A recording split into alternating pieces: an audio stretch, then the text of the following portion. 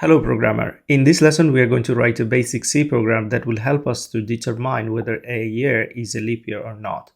First of all, we need to understand the logic behind a leap year. So here I'm going to write down the logic behind the leap year when we can say a year is leap year or not. So if a year is divisible by 400, so in this case we are going to say the year is a leap year. Okay, year is a leap year. Let me just make it a little bit bigger so that you can see things well. Then I'm going to copy and paste down below just to save my time.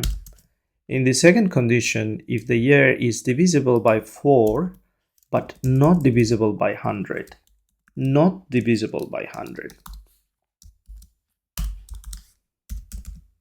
not equal 0, then we can say the year is a leap year. So we have a few conditions here. You need to focus here a bit. So again, let me explain you. First of all, we'll take the input year, and then we're going to check whether the year is divisible by 400. If it is divisible by 400, straight away we're going to say year is a leap year. We don't need to check any other condition. But if this is not true, then again we need to check one more condition here. If the year is divisible by 4 and not divisible by 100, then we can say the year is also leap year. But if both conditions fail, then we can say the year is not leap year. So the third step here is going to be not leap year. Let me just write it down real quick here. Not a leap year. All right, a very straightforward condition. Let's now implement this condition in our program.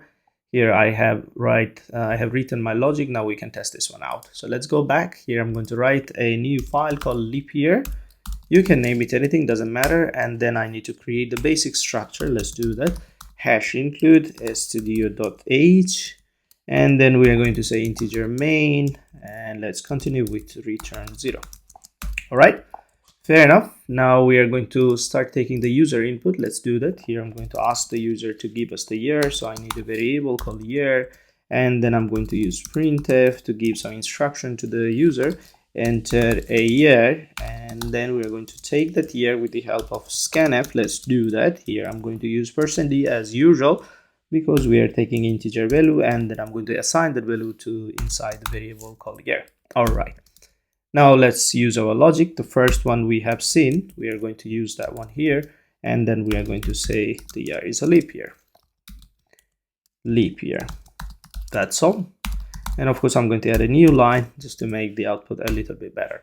Now, what was the condition? The first one was if the year is divisible by 400, then we can say it's a leap year. That's all. That's the first one.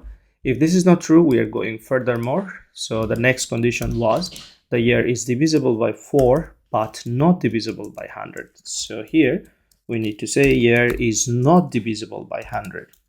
So when we're trying to divide by 100, the remainder cannot be 0 in this case. That's all. So this is our second condition in order to consider a year as a leap year. Now, third one, of course, if nothing works, if the two condition above doesn't work, in this case, we're going to say not a leap year. And that should be all. We're done, actually. Now we can test this one out. Let's run this program here. And I'm going to give here some value. Let's say, let's wait because it needs to ask for us to give us the year. So here I'm going to give 2002, and it says not a leap year. I'm going to run it again. Let's say 2004, and this one is a leap year. So basically things are working. Again, you can check the validity. You remember, you can check the validity like saying if the year is less than 0, then it's not a valid year. Of course, we should always check the input validation, right? We should always do this input validation. We can say not a valid year, not a valid year. Please enter a valid year. All right, hopefully things are making sense here. Of course, in this case, we need to use else if here. So if the year is not valid, we are not going anywhere. If the year is valid, then we are going to check the rest of the condition. And it should work. Let me just try this one out real quick. Here I'm going to run this and enter a year. Let's see if I give -1, it should give us this, output. Not a valid year, please enter a valid year. Now, before finishing this lesson, I want to make a little bit change in this program so that there are different ways we can solve a problem. For an instance, we have two conditions here in order to say a year is leap year, right? So this is, let's consider as one condition, and then we have another condition here. If any one of them true, then we can say the year is leap year, right? So we can combine these two conditions inside one else if.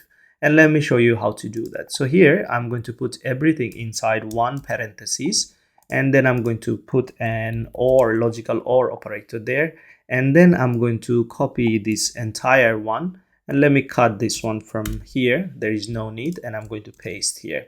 So what basically I'm doing here, let me just close this part so that you can see well. So if this condition is true, it's going to be leap year.